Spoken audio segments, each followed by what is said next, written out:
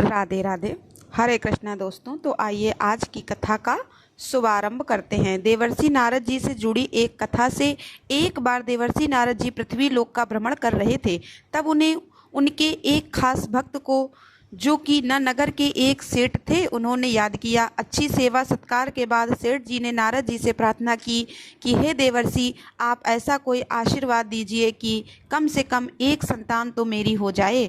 नारद जी ने कहा कि तुम लोग चिंता मत करो, मैं अभी श्री नारायण भगवान से मिलने जा रहा हूँ।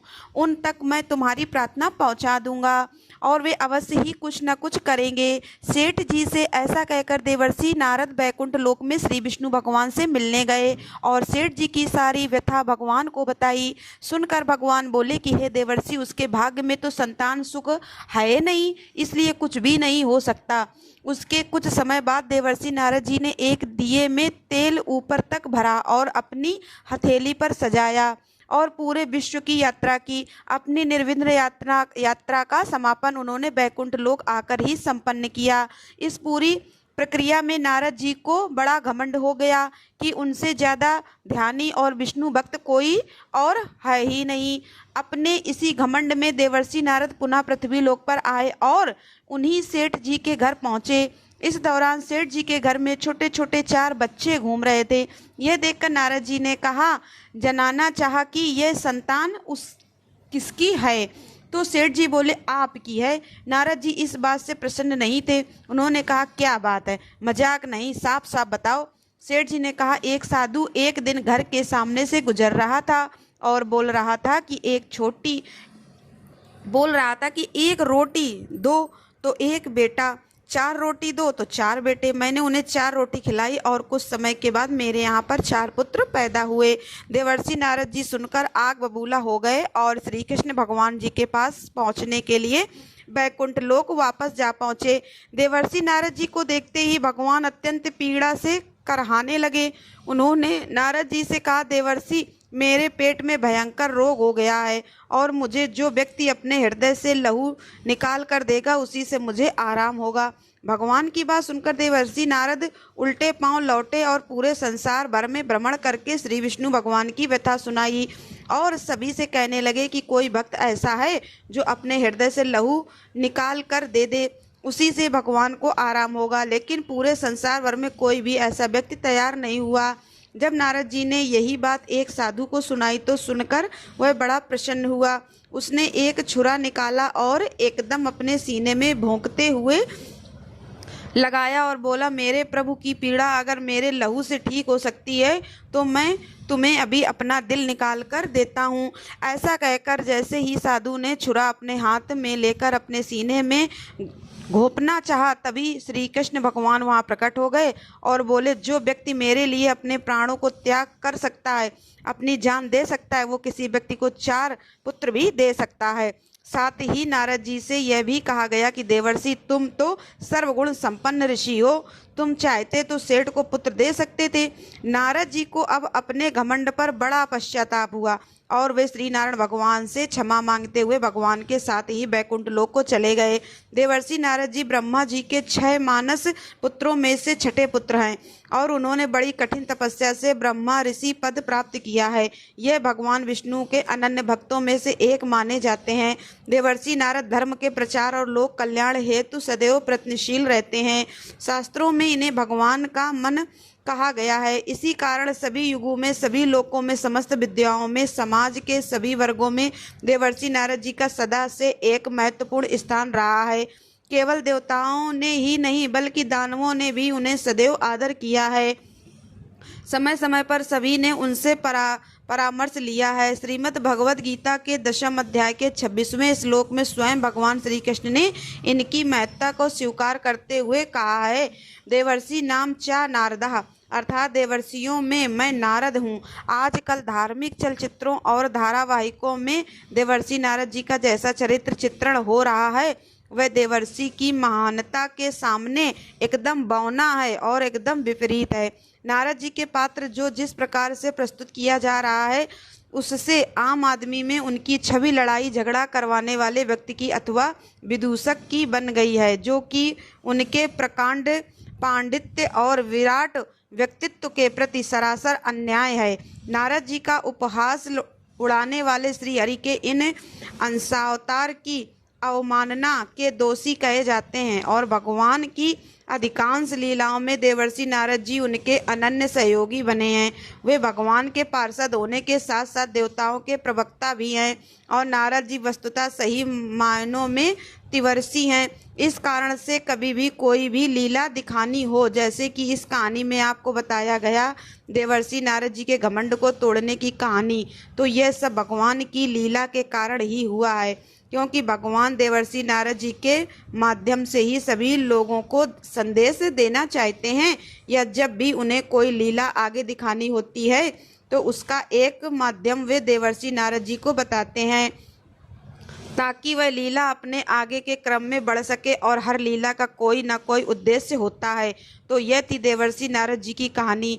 आइए अब हर दिन की तरह सबसे पहले सुनते हैं सीता नित्यनेम की कहानी। और क्योंकि आज रविवार का दिन है, अन्य सभी मासों में की गई पूजा से कहीं अधिक पुण्य फल ज्येष्ठ मास में पड़ने वाले रविवार को प्राप्त होती है। इसलिए आज के दिन जो भक्त सच्चे मन से श्री आदित्य हृदय स्तोत्र का पाठ पढ़ता अथवा सुनता है, उस पर सूर्यदेव की कृपा सदैव बनी रहती है। इसलिए आज हम श्री आदित्य हृदय स्तोत्र का हिंदी अनुवाद में सुनेंगे। फिर सुनेंगे आज के महात्मा की कथाएं।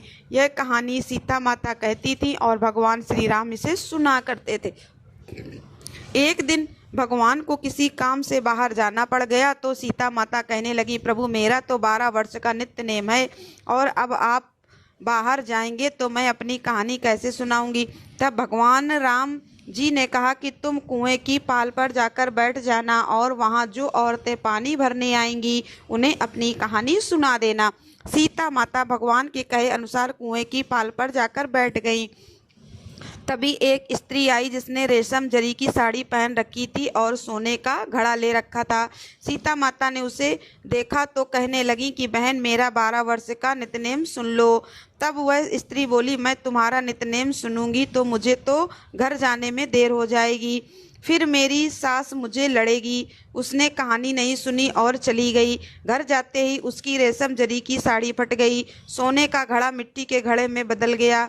ये सब देखकर सासू माँ ने पूछा, अरे बहू ये किसका दोष अपने सिर लगा कर आई हो। तब बहू ने कहा कि माँ जी कुएं पर एक औरत बैठी थी, उसने कहानी सुनने के लिए कहा लेकिन मैंने नहीं सुनी, जिसका यह फल मुझे मिला है। अब बहू की बात सुनकर अगले दिन वही साड़ी और घड़ा लेकर सास कुएं की पाल पर गई। सास को वहीं पर सीता माता बैठी मिली तो सीता माता ने उससे भी कहा कि बहन मेरी कहानी सुन लीजिए। सास बोली कि एक बार छोड़, मैं तो 4 बार कहानी सुन लूँगी। तब सीता माता ने कहना शुरू किया, राम आए लक्ष्मण आए, देश के पुजारी आए, नित्य नेम का नेम लाए, आओ राम बैठो राम, तपी रसोई जीमो राम, माखन मिश्री खाओ राम, दूध बतासा पियो राम, सूत के पलका मोठो राम, शाल दुशाला पोठो राम, शाल दुशाला ओढ़ो राम, जब बोलूं जब राम राम, राम ही राम संवारे राम, सबके काम खाली घर भंडार भरेंगे, सबका बेड़ा पार करेंगे, श्री राम जय जय राम। सास बोली कि बहन कहानी तो बहुत अच्छी लगी।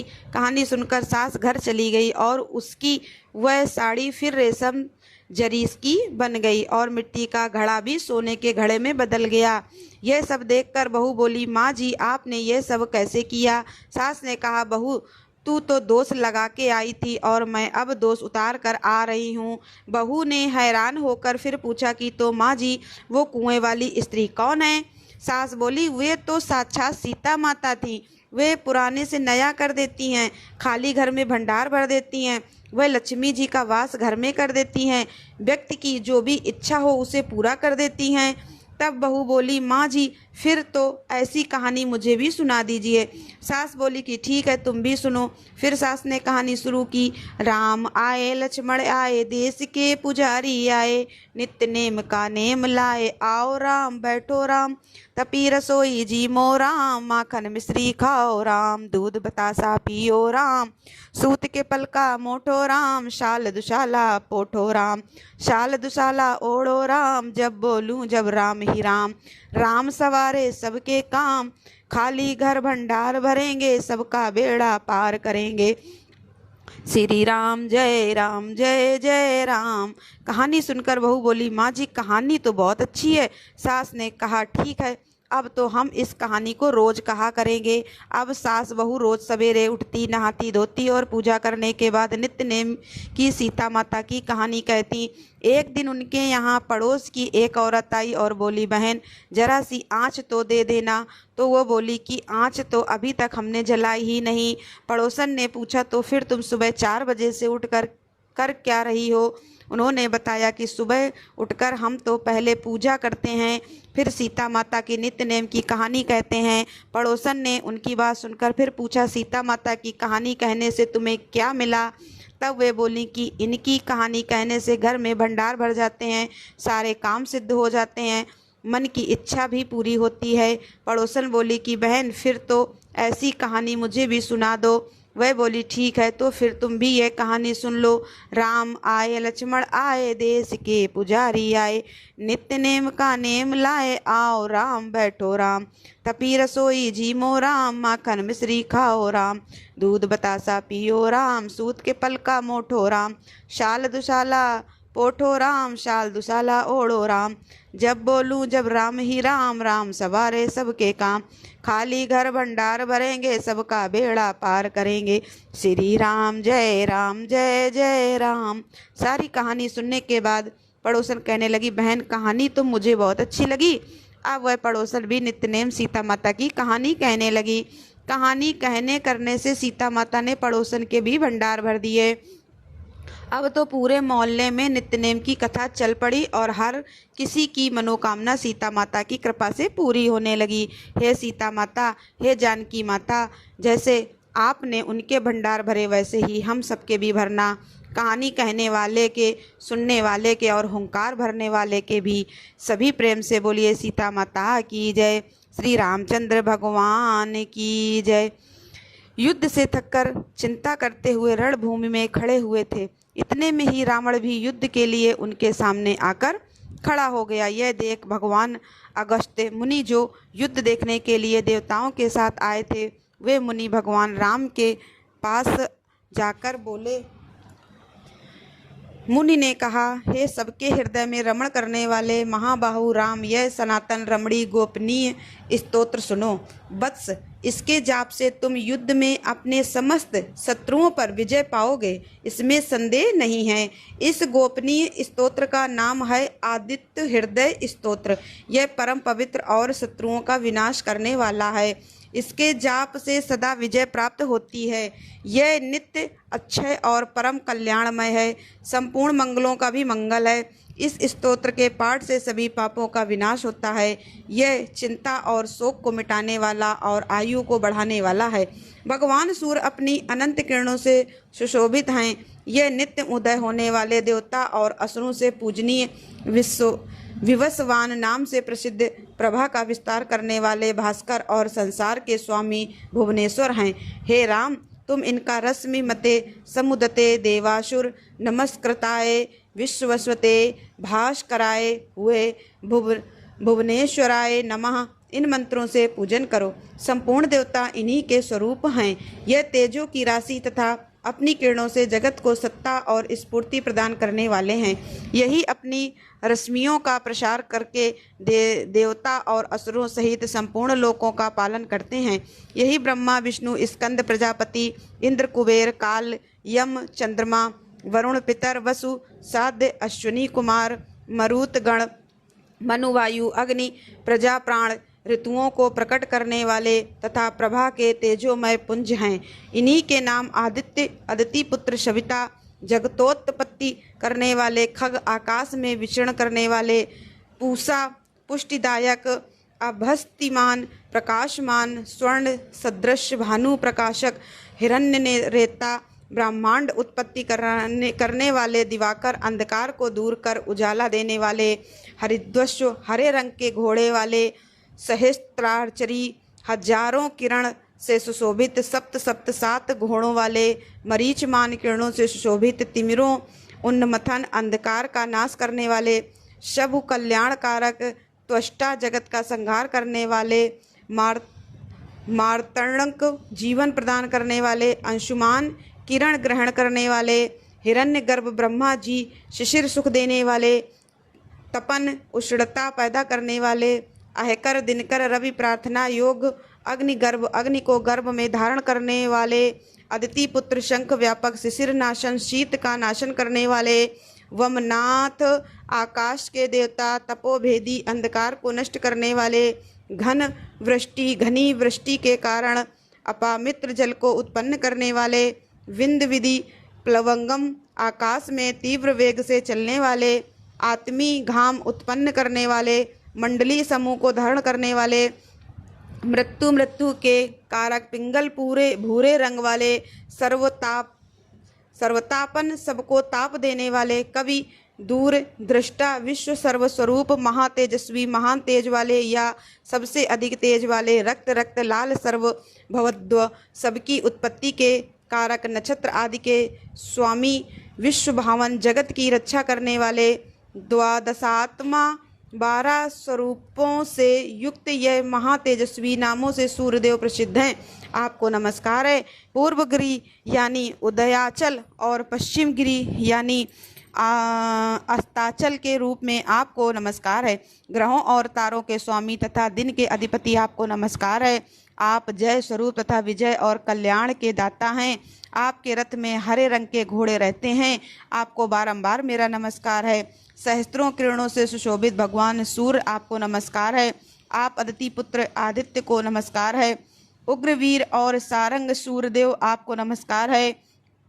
कमलों को अपना तेज देकर विकसित करने वाले मार्तंड आपको नमस्कार है। आप ब्रह्मा विष्णु और शिव के स्वामी हैं। परात्पर रूप में सुर आपकी संज्ञा है। यह पूरा सूर्य मंडल आपका स्वरूप है। सबको सुहा कर देने वाले अग्नि भी आपका ही रूप है। आप रौद्र धारण करने वाले हैं। आपको नमस्कार है। अज्ञान और अंधकार के आप नाशक हो, जड़ता और शीतलता के कारक हो, शत्रु का विनाश करने वाले आप हो। आपका स्वरूप अप्रमेय है।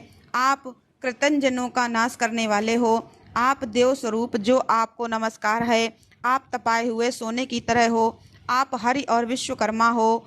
तम के नाशक प्रकाश स्वरूप जगत के साक्षी हो। आपको नमस्कार है। सूर्य ही संपूर्ण भूतों का संहार करने वाले हैं, पालन करने वाले हैं। सूर्य ही अपनी गर्मी से अपनी किरणों द्वारा वर्षा करते हैं। यह भगवान सबके सो जाने के बाद भी जागते रहते हैं।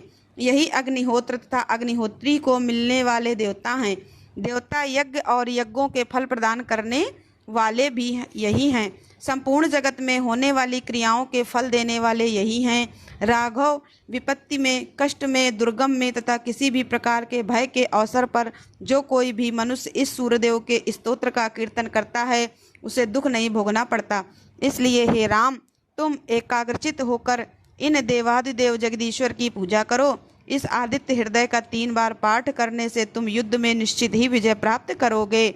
महाबाहु राम, तुम इसी क्षण रावण का वध कर सकोगे। ऐसा कहकर अगस्त मुनि वहां से चले गए। अगस्त मुनि का उपदेश सुनकर महातेजस्वी श्री रामचंद्र जी का शोक दूर हो गया। उन्होंने प्रसन्नित से आदित्य हृदय स्तोत्र का पाठ किया और स्तोत्र को धारण किया।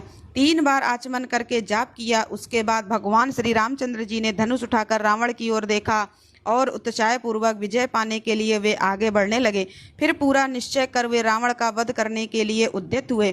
उस समय देवताओं के मध्य में खड़े हुए भगवान सूर्य ने प्रसन्न होकर श्री रामचंद्र जी की ओर देखा और निशाचर राज रावण के विनाश का समय नजदीक जानकर हर्षपूर्वक कहा, रघुनंदन अब जल्दी करो। यह था श्री आदित्य हृदय स्तोत्र का हिंदी अनुवाद। अब सुनिए ज्येष्ठ मास के दूसरे दिन का महात्म। भगवान श्री कृष्ण ने कहा, सांप, अब मैं सूर्य के विशिष्ट अवसरों पर होने वाले व्रत उत्सव और पूजन की विधियों का वर्णन करता हूँ, उन्हें सुनो। किसी मास के शुक्ल पक्ष की सप्तमी ग्रहण का संक्रांति के 1 दिन पहले एक बार हविषान का भोजन कर सायंकाल के समय भली भांति आचमन आदि करके अरुण देव को प्रणाम करना चाहिए तथा सभी इंद्रियों को संयम में रखकर भगवान सूर्य का ध्यान कर रात्रि में जमीन पर कुश की सैया पर शयन करना चाहिए। दूसरे दिन प्रातः काल उठकर विधि पूर्वक स्नान संपन्न करके संध्या करें तथा पूर्वोक्त मंत्र ओम खोलकाय स्वाहा इस मंत्र का जाप और सूर्य भगवान की पूजा करें। अग्नि को सूर्य ताप के रूप में समझकर वेदी बनाएं और संक्षेप में हवन तथा तर्पण करें। गायत्री मंत्र से पोषण कर पूर्वाग्र और उत्तराग्र कुशा बिछाएं। अनंतर सभी पात्रों का शोधन कर दो यानी कि शुद्धि कर दो। कुशाओं की प्रदेश मात्र की एक पवित्री बनाएं। फिर उस पवित्री से सभी वस्तुओं का प्रोक्षण करें अर्थात शुद्ध करें। घी को अग्नि पर रखकर पिघला लें। उत्तर की ओर पात्र में उसे रख दें। फिर अग्नि में 3 बार घी डालें। श्रुआ आदि का कुशों के द्वारा परिमार्जन और संप्रोक्षण करके अग्नि में सूर्य देव की पूजा करें और दाहिने हाथ में श्रुआ ग्रहण कर मूल मंत्र से हवन करें। मनोयोग पूर्वक मौन धारण कर सभी क्रियाएं संपन्न करनी चाहिए। पूर्ण आहुति के बाद तर्पण करें। फिर ब्राह्मणों को उत्तम भोजन कराना चाहिए और यथाशक्ति उनको दक्षिणा भी देनी चाहिए। ऐसा करने से मनोवांछित फल की प्राप्ति होती है। माघ मास की सप्तमी को वरुण नामक सूर्य की पूजा करें।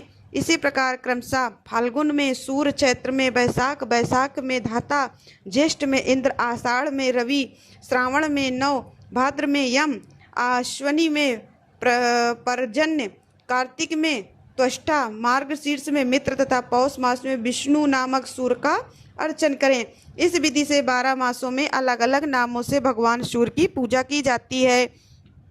इस प्रकार श्रद्धा भक्ति पूर्वक एक दिन पूजा करने से वर्ष पर्यंत की गई पूजा का फल स्वतः ही प्राप्त हो जाता है।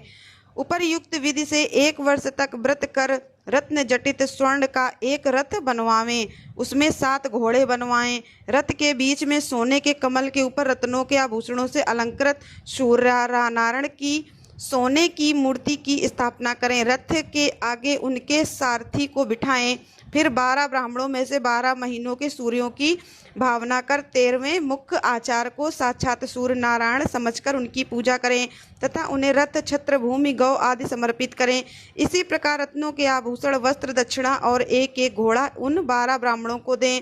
फिर हाथ जोड़कर प्रार्थना करें कि हे ब्राह्मण देवताओं, इस सूर्य व्रत के उद्यापन करने के बाद यदि असमर्थतावश कभी सूर्य व्रत न कर सकूं तो मुझे कोई दोष न लगे। ब्राह्मणों के साथ आचार्य भी एवं अस्तु कहकर यजमान को आशीर्वाद दें और कहें सूर्य भगवान तुम पर प्रसन्न हो। जिस मनोरथ की पूर्ति के लिए तुमने ये व्रत किया है और भगवान सूर्य की पूजा की है वह तुम्हारा मनोरथ सिद्ध हो और भगवान सूर्य उसे पूरा करें। अब व्रत न करने पर भी तुम्हें कोई दोष नहीं लगेगा। इस प्रकार आशीर्वाद प्राप्त कर दीनों, नेत्रहीनों तथा अनाथों को यथाशक्ति भोजन कराएं और ब्राह्मणों को भोजन कराकर दक्षिणा देकर व्रत की समाप्ति करें। जो व्यक्ति इस सप्तमी व्रत को 1 वर्ष तक करता है वह 100 योजन लंबे चौड़े देश का धार्मिक राजा होता है और इस व्रत के फल से 100 वर्षों से भी अधिक अनिष्कंटक राज्य करता है। जो स्त्री इस व्रत को करती है वह राजपत्नी होती है अर्थात रानी होती है। निर्धन व्यक्ति इस व्रत को यथाविधि संपन्न कर बतलाई हुई विधि के अनुसार तांबे का रथ ब्राह्मणों को देता है तो वह 80 योजन लंबा चौड़ा राज्य प्राप्त कर लेता है। इसी प्रकार आटे का रथ बनवाकर दान करने वाला 60 योजन विस्तृत राज्य प्राप्त करता है। वह चिरायु, निरोग और सुखी रहता है। इस व्रत को करने से पुरुष 1 कल्प तक सूर्यलोक में निवास करने के बाद राजा होता है। यदि कोई व्यक्ति भगवान सूर्य की मानसिक आराधना भी करता है तो वह भी समस्त आदि व्याधियों से रहित होकर सुख पूर्वक जीवन बिताता है। जिस प्रकार भगवान सूर्य कोहरा स्पर्श नहीं कर पाता उसी प्रकार मानसिक पूजा करने वाले साधक को किसी प्रकार की आपत्तियां स्पर्श नहीं कर पाती। यदि किसी ने मंत्रों के द्वारा भक्ति पूर्वक विधि विधान से व्रत संपन्न करते हुए भगवान सूर्य नारायण की आराधना की है तो फिर उसके विषय में तो कहना ही क्या। इसलिए अपने कल्याण के लिए भगवान सूर्य की पूजा अवश्य करनी चाहिए। पुत्र सूर्य नारायण ने इस विधि विधान को स्वयं अपने मुख से मुझसे कहा था। आज तक उसे गुप्त रहकर पहली बार मैंने तुमसे कहा है। मैंने इसी व्रत के प्रभाव से हजारों पुत्र और पौत्रों को प्राप्त किया है, दैत्यों को जीता है, देवताओं को वश में किया है और मेरे इस चक्र में सदा सूर्य भगवान निवास करते हैं, नहीं तो इस चक्र में भला इतना तेज कैसे होता। यही कारण है कि सूर्य नारायण का नित्य जप ध्यान पूजन आदि करने से मैं जगत का पूज्य हूँ। वत्स, तुम भी मन वाणी और कर्म से सूर्य नारायण की आराधना करो। ऐसा करने से तुम्हें विविध सुख प्राप्त होंगे। जो पुरुष भक्ति भाव पूर्वक इस विधान को सुनता है वह भी पुत्र पौत्र आरोग्य और लक्ष्मी को प्राप्त करता है और सूर्य लोक को भी प्राप्त हो जाता है। तब भगवान कृष्ण कहने लगे, सा माघ मास के शुक्ल पक्ष की पंचमी तिथि को एक भुक्त व्रत और षष्ठी को नक्त व्रत करना चाहिए। कुछ लोग सप्तमी में उपवास करना चाहते हैं और कुछ विद्वान षष्ठी में उपवास और सप्तमी तिथि में पारण करने का विधान बताते हैं। इस प्रकार अनेकों मत इस बारे में हैं। वस्तुतः षष्ठी को उपवास कर भगवान सूर्य नारायण की पूजा करनी चाहिए। रक्त, चंदन, करवीर पुष्प, गूगल, धूप, पायस आदि नैवेद्यों से माघ आदि 4 महीनों तक सूर्य नारायण की पूजा करनी चाहिए। ज्येष्ठ मास सूर्य नारायण को समर्पित होता है। इस पूरे ही मास में भगवान सूर्य नारायण की विधि विधान से पूजा करनी चाहिए। आत्मशुद्धि के लिए गोमय मिश्रित जल से स्नान, गोमय का प्राशन और यथाशक्ति ब्राह्मण भोजन भी कराना चाहिए। ज्येष्ठ आदि 4 महीनों में श्वेत चंदन, श्वेत पुष्प, कृष्ण अग्रु, धूप और उत्तम नैवेद्य सूर्य नारायण को अर्पण करना चाहिए। इसमें पंचव्य प्राशन कर ब्राह्मणों को स्वादिष्ट भोजन कराना चाहिए। आश्विनी आदि 4 मासों में अगस्त पुष्प, अपराजित धूप और गुड़ के पुओं के द्वारा नैवेद्य तथा इच्छु रस भगवान सूर्य को समर्पित करना चाहिए। यथाशक्ति ब्राह्मण भोजन कराकर आत्मशुद्धि के लिए कुसा के जल में स्नान करना चाहिए। उस दिन कुशोदक का ही प्राशन करें। व्रत की समाप्ति में ज्येष्ठ मास के शुक्ल सप्तमी को रथ का दान करें और सूर्य भगवान की प्रसन्नता के लिए रथ यात्रोत्सव का आयोजन करें। महापुण्यदायिनी इस सप्तमी को रथ सप्तमी कहा गया है। यह महासप्तमी के नाम से अभेद है। रथ सप्तमी को जो उपवास करता है वह कीर्ति, धन, विद्या, पुत्र, आरोग्य, आयु और उत्तमोत्तम कांति प्राप्त करता है। हे पुत्र, तुम भी इस व्रत को करो जिससे तुम्हारे सभी अभीष्टों की सिद्धि हो। इतना कहकर शंख चक्र गदा पद्मधारी श्री कृष्ण अंतर्ध्याय हो गए। सुमंतु ने कहा, हे राजन, उनकी आज्ञा पाकर शाम्ब ने भी भक्ति पूर्वक सूर्य नारायण की आराधना में तत्पर हो रथ सप्तमी का व्रत किया और फिर कुछ ही समय में रोग मुक्त होकर मनोवांछित फल प्राप्त कर लिया। अब जानिए सूर्यदेव के रथ और उसके साथ भ्रमण करने वाले देवता नाग आदि के वर्णन के बारे में। राजा शतानिक ने पूछा, हे मुनि, सूर्य की रथ यात्रा किस विधान से करनी चाहिए? रथ कैसा बनाना चाहिए? इस रथ यात्रा का प्रचलन मृत्युलोक में किसके द्वारा हुआ? इन सब बातों को आप कृपा पूर्वक मुझे बतलाइए। सुमंतु मुनि बोले, राजन, किसी समय सुमेरु पर्वत पर समासीन भगवान रुद्र ने ब्रह्मा जी से पूछा, श्री ब्रह्मा जी, इस लोक को प्रकाशित करने वाले भगवान सूर्य किस प्रकार के रथ में बैठकर भ्रमण करते हैं, इसे आप बताइए। तब ब्रह्मा जी कहने लगे, हे त्रिलोचन, सूर्य नारायण जिस प्रकार के रथ में बैठकर भ्रमण करते हैं उसका मैं वर्णन करता हूँ, आप सानंद सुनिए। एक चक्र, 3 नाभि, 5 अरे तथा स्वर्णमय अति कांतमान 8 बंधों से युक्त और 1 नैमी से सुसज्जित इस प्रकार के 10,000 योजन लंबे चौड़े अतिशय प्रकाशमान स्वर्ण रथ में विराजमान भगवान सूर्य विचरण करते रहते हैं। रथ के उपस्थित श्री से ईशा दंड 3 गुना अधिक है। यही उनके सारथी अरुण बैठते हैं। इनके रथ का जुआ सोने का बना हुआ है। रथ में वायु के समान वेगवान छंद रूपी 7 घोड़े जुते रहते हैं। संवत्सर में जितने अवयव होते हैं वे ही रथ के अंग हैं। तीनों काल चक्र के 3 नाभियां हैं। 5 ऋतुएं अरे हैं। 6ठी ऋतु नेमी है। दक्षिण और उत्तर ये 2 अयन रथ के दोनों भाग हैं। मुहूर्त रथ के इशु कला सम्य काष्ठाय रथ के कोण छड़ अच्छदंड निमेश रथ के कण ईशादंड लव रात्रि वरुथ धर्म रथ का ध्वज अर्थ और काम धुरी का अग्रभाग गायत्री त्रिष्टुपी जगत अनुष्ठुप पंक्ति भति तथा उषड़िक ये 7 छंद 7 अश्व हैं। धुरी पर चक्र घूमता है। इस प्रकार के रथ में बैठकर भगवान सूर्य निरंतर आकाश में भ्रमण किया करते हैं। देव, ऋषि, गंधर्व, अप्सरा, नाग, ग्रामणी और राक्षस ये सब सूर्य के रथ के साथ घूमते हैं और 2-2 मासों के बाद इनका परिवर्तन हो जाता है। धाता और अर्यमा ये 2 आदित्य पुलस्त्य तथा पुल नामक 2 ऋषि खंडक, वासुकी नामक 2 नाग, तंबरु और नारद ये 2 गंधर्व, क्रतु, स्थला और पुंजिका स्थल ये अप्सराएं, रथ, क्रस्त तथा रथध्वजा ये 2 यक्ष, हेति तथा प्रहेति नाम के 2 राक्षस ये क्रमशः चैत्र और वैशाख मास में रथ के साथ चला करते हैं। मित्र तथा वरुण नामक 2 आदित्य, अत्रि तथा वशिष्ठ ये 2 ऋषि, तक्षक और अनंत 2 नाग, मेनका तथा सहजन्या ये 2 अप्सराएं, हाहा हूहू 2 गंधर्व, रथ, स्वान और रथित्र में ये 2 यक्ष, पौरुषे और वध नामक 2 राक्षस क्रमशः ज्येष्ठ तथा आषाढ़ मास में सूर्य के रथ के साथ चला करते हैं।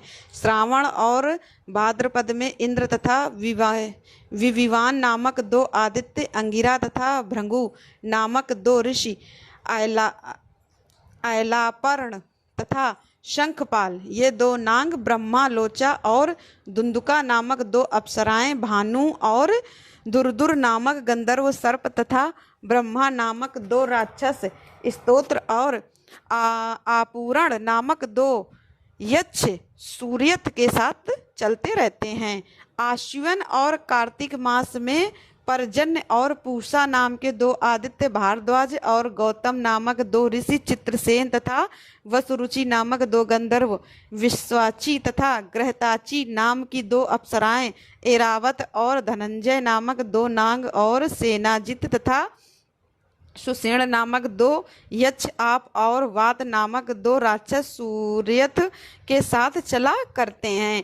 मार्गशीर्ष तथा पौष मास में अंशु तथा भग नामक 2 आदित्य तथा कश्यप और क्रतु नाम 2 ऋषि, महापद्य और करकोटक नामक 2 नागित्रागद और अरुणायु नामक 2 गंधर्व, साहा तथा असहिया नामक 2 अप्सराएं, तारच और अरिष्टनेमी नामक यक्ष, आप तथा वात नामक 2 राक्षस सूर्यत के साथ चला करते। माघ फाल्गुन में क्रमशः पूषा तथा जिष्णु नामक 2 आदित्य, जमदग्नि और विश्वामित्र नामक 2 ऋषि, कारद्वय और कंबलस्वर ये 2 नाग, धृतराष्ट्र तथा सूर्यवर्चा नामक 2 गंधर्व, तिलोत्तमा और रंभा ये 2 अप्सराएं, सेनजित और सत्यजित नामक 2 यक्ष, ब्रह्मोपेत तथा यज्ञोपेत नाम के 2 राक्षस सूर्य रथ के साथ चला करते हैं। श्री ब्रह्मा जी ने कहा, हे रुद्रदेव, सभी देवताओं ने अपने अंश रूप से विविध अस्त्र शस्त्रों को भगवान सूर्य की रक्षा के लिए उन्हें दिया है। इस प्रकार सभी देवताओं उनके रथ के साथ साथ भ्रमण करते रहते हैं। ऐसा कोई भी देवता नहीं है जो रथ के पीछे ना चले। इस सर्वदेवमय सूर्य नारायण के मंडल को ब्रह्मावेत्ता ब्रह्मा रूप, याज्ञिक यज्ञ स्वरूप, भगवत भक्त विष्णु स्वरूप तथा शैव शिव स्वरूप मानते हैं। यह स्थानाभिमान देवग और अपने तेज से भगवान सूर्य को आपला करते रहते हैं। देवता और ऋषि हर समय भगवान सूर्य की स्तुति करते हैं। गंधर्व गणगान करते हैं तथा अप्सराएं रथ के आगे नृत्य करती हुई चलती रहती हैं। राक्षस रथ के पीछे पीछे चलते हैं। 60,000 बालखिल्य रक्षिक रथ को चारों ओर से घेर कर चलते हैं।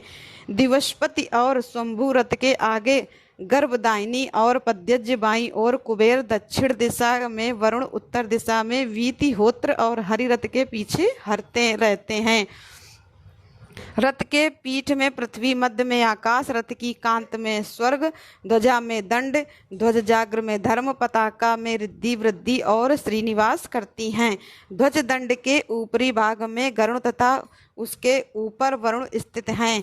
मैनाक पर्वत छत्र का दंड हिमाचल छत्र होकर सूर्य के साथ रहते हैं। इन देवताओं का बल, तप, तेज, योग और तत्व जैसा है वैसे ही सूर्यदेव तपते हैं।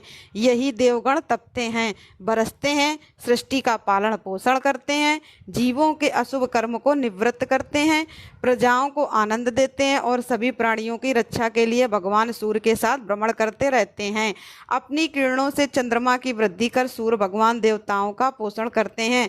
शुक्ल पक्ष में सूर्य किरणों से चंद्रमा की क्रमशः वृद्धि होती है और कृष्ण पक्ष में देवगण उसका पान करते हैं। अपनी किरणों से पृथ्वी का रस पान कर सूर्य नारायण वर्षा करते हैं। इस वर्षा से सभी औषधियाँ उत्पन्न होती हैं तथा अनेक प्रकार के अन्न भी उत्पन्न होते हैं, जिससे पितरों और मनुष्यों को तृप्ति होती है। एक चक्र वाले रथ में भगवान सूर्य नारायण बैठकर एक अहोरात्रि में सातों द्वीप और समुद्रों से युक्त पृथ्वी के चारों ओर भ्रमण करते हैं। एक वर्ष में 360 बार भ्रमण करते हैं।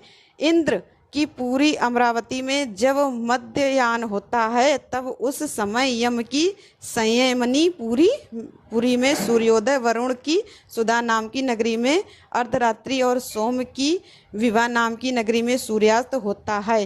संयमनी में जब मध्याह्न होता है तब सुखा में उदय, अमरावती में अर्धरात्रि और विवाह में सूर्यास्त होता है। सुखा में जब मध्याह्न होता है उस समय विवाह में उदय, अमरावती में आधी रात और संयमनी में सूर्यास्त होता है। इस प्रकार मेरु पर्वत की प्रदक्षिणा करते हुए भगवान सूर्य का उदय और अस्त हुआ करता है। प्रभात से मध्याह्न तक सूर्य की किरणों की वृद्धि और मध्याह्न से अस्त तक ह्रास होता है। जहाँ सूर्योदय होता है वह पूर्व दिशा और जहाँ अस्त होता है वह पश्चिम दिशा है। एक मुहूर्त में भूमि का 30वां भाग सूर्य लांघ जाते हैं। सूर्य भगवान के उदय होते ही प्रतिदिन इंद्र पूजा करते हैं। मध्याह्न में यमराज, अस्त के समय वरुण और अर्धरात्रि में सोम पूजन करते हैं। विष्णु, शिव, रुद्र, ब्रह्मा, अग्नि, वायु, नैऋति, ईशान आदि सभी देवगण रात्रि की समाप्ति पर ब्रह्मा वेला में कल्याण के लिए सदा भगवान सूर्य की आराधना किया करते हैं। सूर्य भगवान वसंत ऋतु में कपिल वर्ण, ग्रीष्म ऋतु में स्वर्ण के समान, वर्षा में श्वेत, शरद ऋतु में पांडुवर्ण, हेमंत में ताम्र वर्ण और शिशिर ऋतु में रक्त वर्ण के होते हैं। इन वर्णों का अलग अलग फल है। रुद्र, अब आप उसे भी सुनिए। यदि सूर्य भगवान असमय में कृष्ण वर्ण के हों तो संसार में भय होता है। ताम्र वर्ण के हों तो सेनापति का नाश होता है। पीत वर्ण के हों तो राजकुमार की मृत्यु। श्वेत वर्ण के हों तो राज पुरोहित का ध्वंस और चित्र अथवा धूम्र वर्ण के होने से चोर और अस्त्र का भय होता है। परंतु ऐसा वर्ण होने के बाद यदि बरसात हो जाती है तो फिर अनिष्ट फल नहीं होते हैं। अब जानिए भगवान सूर्य का अभिषेक और उनकी रथ यात्रा के बारे में। तो भगवान रुद्र ने पूछा, है ब्राह्मण, भगवान सूर्य की रथ यात्रा कब और किस विधि से की जाती है? रथ यात्रा करने वाले, रथ को खींचने वाले, रथ को वहन करने वाले, रथ के साथ चलने वाले और रथ के आगे नृत्य गान करने वाले, रात्रि जागरण करने वाले पुरुषों को क्या फल प्राप्त होता है? इसके आप लोक कल्याण के लिए विस्तार पूर्वक बताइए। तब श्री ब्रह्मा जी कहने लगे, हे रुद्र, आपने अत्यंत उत्तम प्रश्न पूछा है। अब मैं इसका वर्णन करता हूँ, आप इसे एकाग्र मन से सुनिए। भगवान सूर्य की रथ यात्रा और इंद्रोत्सव का यह दोनों जगत के कल्याण के लिए मैंने प्रवर्तित किए हैं। तब श्री ब्रह्मा जी कहने लगे, हे रुद्र, आपने अत्यंत उत्तम प्रश्न पूछा है। अब मैं इसका वर्णन करता हूँ, आप इसे एकाग्र मन से सुनिए। भगवान सूर्य की रथ यात्रा और इंद्रोत्सव ये दोनों जगत के कल्याण के लिए मैंने प्रवर्तित किए हैं। जिस देश में ये दोनों महोत्सव आयोजित किए जाते हैं वहाँ दुर्भिक्ष अर्थात अकाल आदि उपद्रव नहीं होते और ना ही चोरी आदि का भय ही रहता है। इसलिए अकाल आदि उपद्रवों की शांति के लिए इन उत्सव को मनाना चाहिए। मार्गशीर्ष के शुक्ल पक्ष की सप्तमी को घी के द्वारा भगवान सूर्य को श्रद्धापूर्वक स्नान कराना चाहिए। ऐसा करने वाला पुरुष सोने के विमान में बैठकर अग्निलोक को जाता है, वहाँ दिव्य भोग प्राप्त करता है। जो व्यक्ति शंकर के साथ साली चावल का भात, मिष्ठान और चित्र वर्णन के भात को भगवान सूर्य को अर्पित करता है वह ब्रह्मलोक को प्राप्त होता है। जो प्रतिदिन भगवान सूर्य को भक्ति पूर्वक घी का उपटन लगाता है वह परम गति को प्राप्त होता है। पौष शुक्ल सप्तमी को तीर्थों के जल अथवा पवित्र जल से वेद मंत्रों के द्वारा भगवान सूर्य को स्नान कराना चाहिए। सूर्य भगवान के अभिषेक के समय प्रयाग, पुष्कर, कुरुक्षेत्र, नैमिष, पृथदूतक अर्थात पेहवा, क्षण, गोकर्ण, ब्रह्मावर्त, कुशावर्त, बिलवक, नील पर्वत, गंगद्वार, गंगासागर, कालप्रिय, मित्रवन, भांडीर वन, चक्रतीर्थ, राम तीर्थ, गंगा, यमुना, सरस्वती, सिंधु, चंद्रभागा, नर्मदा, विपाशा अर्थात व्यास नदी, तापी, शिवा, वेत्रवती अर्थात बेतवा, गोदावरी, पयोषणी अर्थात मंदाकिनी, कृष्ण, वेन्या, शतद्रु अर्थात सतलज, पुष्करणी, कौशिकी अर्थात कोसी अथवा सरयू आदि सभी तीर्थों, नदियों और समुद्रों का स्मरण करना चाहिए। दिव्य आश्रमों और देव स्थानों का भी स्मरण करना चाहिए। इस प्रकार स्नान कराकर 3 दिन 7 दिन एक पक्ष अथवा मास भर उस अभिषेक के स्थान में ही भगवान का अधिवास करें और प्रतिदिन भक्ति पूर्वक उनकी पूजा करता रहे। माघ मास के कृष्ण पक्ष की सप्तमी को मंगल कलशों तथा वितान आदि से सुशोभित चौकोर और पक्के ईंटों से बनी वेदिका सूर्य नारायण को भली भांति स्थापित कर हवन, ब्राह्मण भोजन, वेद पाठ और विभिन्न प्रकार के नृत्य गीत, वैद आदि उत्सवों को करना चाहिए। फिर माघ शुक्ल चतुर्थी को अयाचित व्रत करें, पंचमी को एक बार भोजन करें, षष्ठी को रात के समय ही भोजन करें और सप्तमी को उपवास कर हवन, ब्राह्मण भोजन आदि संपन्न करें। सबको दक्षिणा देकर पौराणिक की भली भांति पूजा करें। फिर रथ ने जटित स्वर्ण के रथ में भगवान सूर्य को विराजित करें और उस रथ को उस दिन मंदिर के आगे ही खड़ा रखें। रात में जागरण करें और फिर रात में भजन कीर्तन चलता रहे। माघ शुक्ल अष्टमी को रथ यात्रा करनी चाहिए। रथ के आगे विविध बाजे बजते रहें, नृत्य गीत और मंगल वेद ध्वनि होती रहे। अब जानिए कि किस प्रकार किस दिशा से रथ यात्रा प्रारंभ की जाती है। तो रथ यात्रा प्रथम नगर के उत्तर दिशा से प्रारंभ की जाती है, फिर क्रमशः पूर्वक, दक्षिण और पश्चिम दिशाओं के भ्रमण कराई जाती है। इस प्रकार रथ यात्रा करने से राज्य के सभी उपद्रव शांत हो जाते हैं, राजा को युद्ध में विजय मिलती है तथा उस राज्य में सभी प्रजाएं और पशु निरोगी और सुखी हो जाते हैं। रथ यात्रा करने वाले, रथ को वहन करने वाले और रथ के साथ जाने वाले सूर्यलोक में निवास करते हैं। ब्रह्मा जी के मुंह से ऐसा सुनकर तब रुद्र ने फिर से कहा, हे ब्राह्मण, मंदिर में प्रतिष्ठित प्रतिमा को किस प्रकार उठाना चाहिए और किस प्रकार रथ में विराजमान करना चाहिए, इस विषय में मुझे कुछ संदेह हो रहा है, क्योंकि वह प्रतिमा तो स्थिर अर्थात अचल प्रतिष्ठित है, अतः उसे कैसे चलाया जा सकता है। कृपा कर हे ब्रह्मा जी, आप मेरे इस संशय को दूर करें। तब ब्रह्मा जी कहने लगे, संवत्सर, हे अवयवों के रूप में जिस रथ का पूर्व में मैंने वर्णन किया है, वह रथ सभी रथों में पहला रथ है। उसको देखकर ही विश्वकर्मा जी ने सभी देवताओं के लिए अलग अलग विविध प्रकार के रथ बनाए हैं। उस प्रथम रथ की पूजा के लिए भगवान सूर्य ने अपने पुत्र मनु को वह रथ प्रदान किया है। मनु ने राजा इक्ष्वाकु को दिया। तब से यह रथ यात्रा पूजित हो गई और परंपरा से चली आ रही है। इसलिए सूर्य की रथ यात्रा का उत्सव मनाना चाहिए। भगवान सूर्य तो आकाश में भ्रमण करते रहते हैं, इसलिए उनकी प्रतिमा को चलाने में कोई भी दोष नहीं है। भगवान सूर्य के भ्रमण करते हुए उनका रथ और मंडल दिखाई नहीं पड़ता, इसलिए मनुष्यों ने रथ यात्रा के द्वारा ही उनके रथ और मंडल का दर्शन किया है। ब्रह्मा, विष्णु, शिव आदि देवों की प्रतिमा के स्थापित हो जाने के बाद उनको उठाना नहीं चाहिए, किंतु सूर्य नारायण की रथ यात्रा प्रजाओं की शांति के लिए प्रतिवर्ष करनी चाहिए। सोने, चांदी अथवा उत्तम काष्ठ का अतिशय रमणीय और बहुत सुदृढ़ रथ का निर्माण करना चाहिए। उसके बीच में भगवान सूर्य की प्रतिमा को स्थापित कर उत्तम लक्षणों से युक्त अतिशय सुशील हरित वर्ण के घोड़ों को रथ में नियोजित करना चाहिए।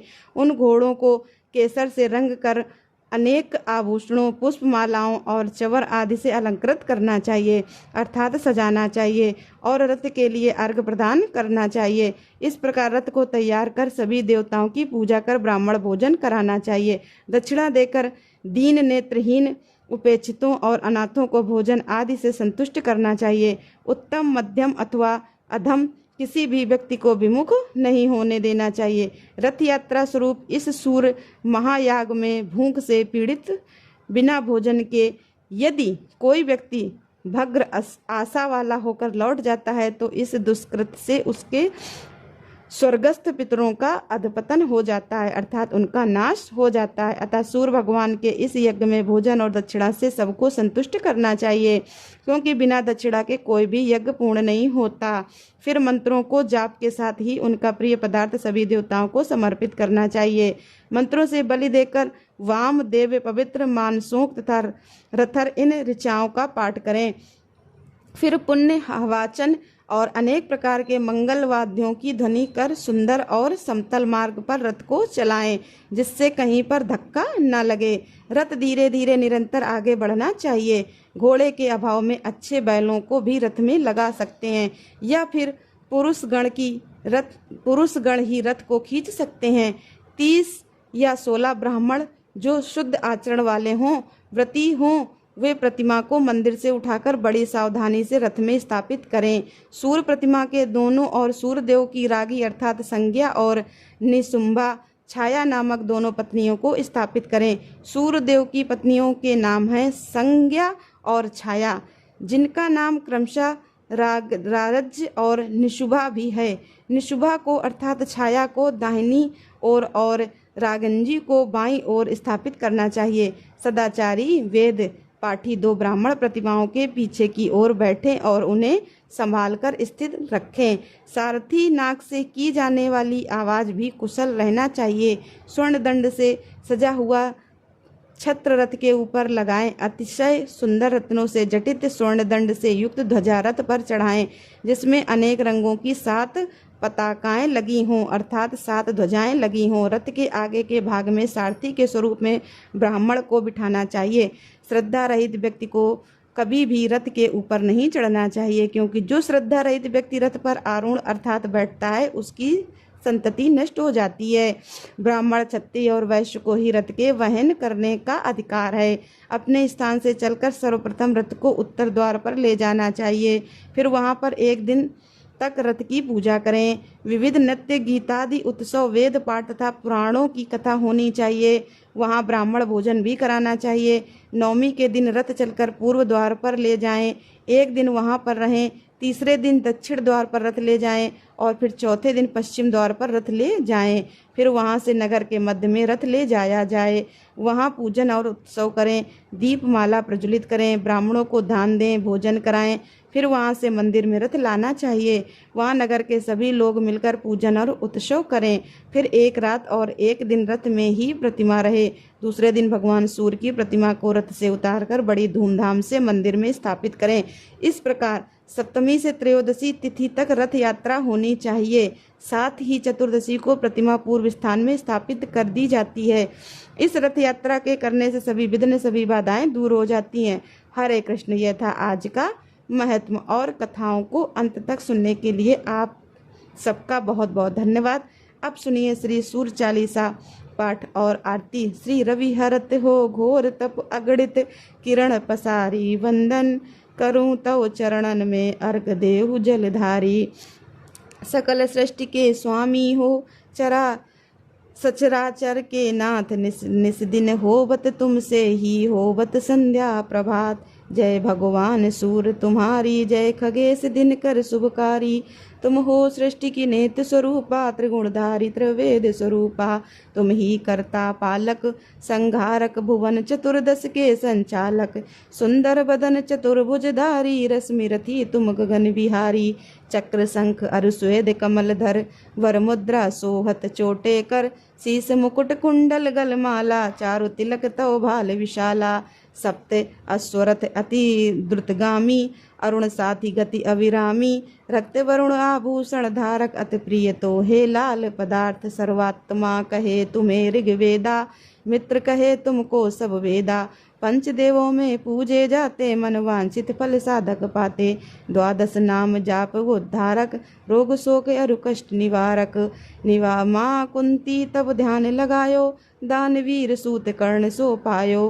राजा दुष्टिर तब जस गायो, अक्षय पात्र हो वन में पायो। शस्त्र त्यागे अर्जुन अकुरायो, वन आदित्य हृदय से पायो। विंध्याचल तब मार्ग में आयो, हा करत तिमिर मिर से छायो। मुनि अगस्त गिरि गर्भ मिटायो, निज तप बल से विंध्य नवायो। मुनि अगस्त तब महिमा गाई, सुमिर भय विजय रघुराई।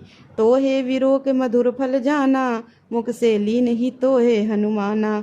तब नंदन शनिदेव कहावे, पवन के सूत सन तीर मिटावे। यज्ञ व्रत स्तुति तुम्हारी, की ही भेंट शुक्ल यजुर्वेद की। दीन सूर्य मुखी खरतर तब रूपा, कृष्ण सुदर्शन भानु स्वरूपा। नमन तोहे ओमकार स्वरूपा, नमन आत्मा अरुल स्वरूपा। दिगदिंगत तप तेज प्रकाशे, उज्ज्वल रूप तुम्हें आकाशे। 10 दिगपाल करत तब सुमिरन, अंजल नित्य करत हैं अर्पण। त्रिविध ताप हरता तुम भगवन, ज्ञान ज्योति करता तुम भगवन। सफल बनावे तब आराधना, गायत्री जप सरल है साधना, संध्या त्रिकाल करत जो कोई, पावे कृपा सदा सदा तब वो ही चित, शांति सूर्यास्तक देवा, व्याधि अपाधि सब हर ही लेवा, अष्टदल कमल यंत्र शुभकारी, पूजा उपासन तब सुखकारी, माघ मास शुद्ध सप्तमी पावन, आरंभ हो तब शुभ व्रत पालन, भानु सप्तमी मंगलकारी, भक्तिदायिनी दोषणहारी, रविवासर जो तुमको ध्यावे, पुत्रादि सुख वैभव पावे, पाप रूपी पर्वत के विनाशी, व्रज रूप तुम हो अविनाशी, राहुआन तब ग्रास बनावे, ग्रहण सूरता को लग जावे, धर्मदान तप करते हैं साधक, मिटत राहु तब पीड़ा बाधक, सूर्यदेव तब तब कृपा कीजिए, दीर्घ आयु बल बुद्धि दीजिए, सूर्य उपासना कर नित्य ध्यावे, कुष्ठ रोग से मुक्ति पावे, दक्षिणा दिशा तोरी गति जावे, दक्षिणायन वहीं कहलावे, उत्तर मार्गी तोर रथ होवे, उत्तरायण तब वो कहलावे, मन और वचन कर्म हो पावन, संयम करता भलित आराध, भरत दास चिंतन करत घरत दिन कर तब ध्यान, रखियो कृपा इस भक्त पे तुम्हारी सूर्य भगवान, ओम जय सूर्य भगवान, जय हो दिन करे भगवान, जगत के नेत्र स्वरूपा, तुम हो त्रिगुण स्वरूपा, धरत सब ही तब तब ध्यान, ओम जय सूर्य भगवान, सारथी अरुण है प्रभु तुम श्वेत कमल धारी, तुम चार भुजाधारी, अश्व हैं सात तुम्हारे, कोटि किरण पसारे, तुम हो देव महान, ओम जय सूर्य भगवान, उषा काल में जब तुम उदया चले आते, तब तब दर्शन पाते, फैलाते उजियारा, जागता तब जग सारा, करे सब तब गुणगान, ओम जय सूर्य भगवान, संध्या में भुवनेश्वर अस्ता चल जाते, गोधन तब घर आते, गोधली बेला में हर घर हर आंगन में हो तब महिमा गान, ओम जय सूर्य भगवान, देवी धनुज नर नारी, ऋषि मुनि भजते, आदित्य हृदय जपते, स्तोत्र ये मंगलकारी, इसकी रचना है न्यारी, दे नव जीवन दान, ओम जय सूर्य भगवान, तुम हो त्रिकाल रचयिता, तुम जग के आधार, महिमा तब अपरंपार, प्राणों का सिंचन करके भक्तों को अपने देते, बल बुद्धि और ज्ञान, ओम जय सूर्य भगवान, भूचर जलचर खेचर सबके ओ प्राण, तुम ही सब जीवों के प्राण, तुम ही वेद पुराण, तुम्हें गाने तुम ही सर्वशक्तिमान, ओम जय सूर्य भगवान, पूजन करती दिशाएं, पूजे 10 दिक्पाल, तुम भवनों के प्रतिपाल, ऋतुएं तुम्हारी दासी, तुम शाश्वत अविनाशी, शुभकारी अंशुमान, ओम जय सूर्य भगवान, ओम जय सूर्य भगवान, जय हो दिनकर भगवान, जगत के नेत्र स्वरूपा, तुम हो त्रिगुण स्वरूपा, धरत सब ही तब ध्यान, ओम जय सूर्य भगवान, ओम जय सूर्य भगवान। बोलो सूर्य भगवान की जय। दोस्तों, सूर्य भगवान की कृपा पाने के लिए वीडियो को